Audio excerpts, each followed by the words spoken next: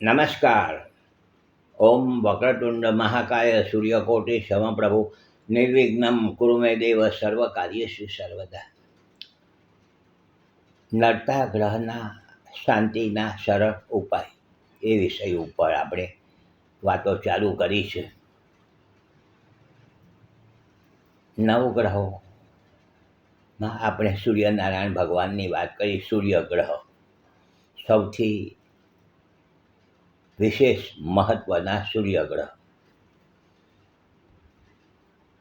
સૂર્ય મેષ રાશિમાં ઉચ્ચનો કહેવાય છે. મેષ રાશિમાં ઉચ્ચના, તુલા રાશિમાં નબળો.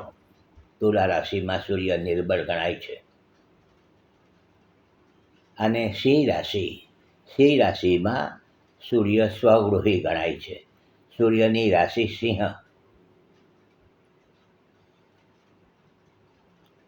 જન્મકુંડળીમાં સૂર્ય અને રાહુ ભેગા હોય તો એને જ્યોતિષના ભાષામાં ગ્રહણ યોગ કહેવાય છે.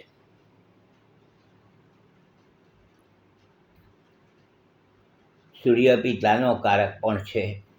રાહુ સાથે બિરાજમાન હોય, અશુભ સ્થાનમાં હોય તો એને પિતૃદોષ પણ કહેવાતો હોય છે. સૂર્ય હૃદયનો કારક છે, હાર્ટ.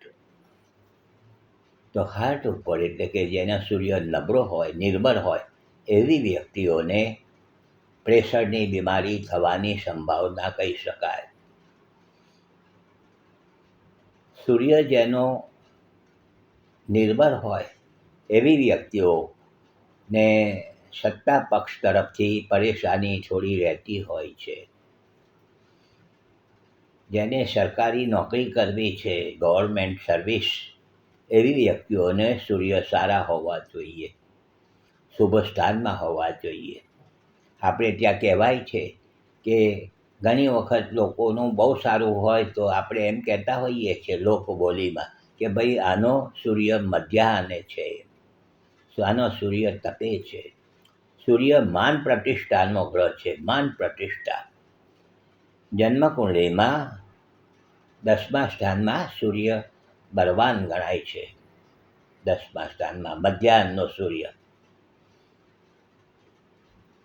તો સૂર્યનારાયણ ભગવાનને આપણે જો નિર્બળ હોય આપણી જન્મકુંડળીમાં તો આપણે જ્યાં જઈએ છીએ ત્યાં માન સન્માન જે મળવું જોઈએ છે તે મળવાની સંભાવના ઓછી કહી શકાય.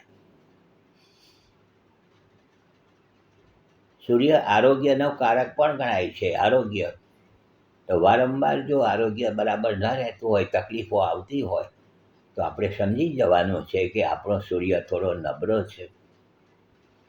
જેની જન્મકુંડળી નથી, કંઈ જ નથી, તો એવા વ્યક્તિઓને પણ ખ્યાલ આવી જાય છે. વારંવાર જો આરોગ્યના પ્રશ્ન હોય, હાર્ટના પ્રશ્ન ઉપસ્થિત થાય,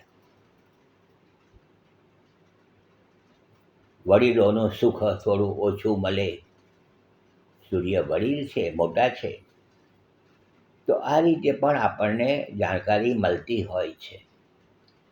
નિર્બળ સૂર્ય હોય તો આપણને મોટા ભાગે આ સૂર્ય છે તે જમણી આંખનો કારક છે, તે જે પ્રકાશ છે. સૂર્ય અને ચંદ્ર એ બંને આંખના કારક છે. સૂર્ય જમણી આંખ અને ચંદ્ર ડાબી આંખ. જેનો સૂર્ય જન્મકુંડળીમાં અશુભ સ્થાનમાં બિરાજમાન હોય, બીજા 12મા સ્થાનમાં, આવી વ્યક્તિઓના આંખના થોડા આંખની પ્રોબ્લેમ ઊભા થતા હોય છે. આ સામાન્ય જાણી શકાય છે સૂર્ય કેવી રીતે આપણું બિરાજમાન થયા છે જન્મકુંડળીમાં. તો આ બધી વાતો છે. કાલે પાછા મળીશું. આપણને સારું લાગતું હોય ચોક્કસ શેર કરજો, બીજા લોકોને જોવાની ભલામણ કરજો. હસમુખલાલ ઝવેરીના સૌને નમસ્કાર. જય શ્રી કૃષ્ણ. ઓમ નમઃ શિવાય.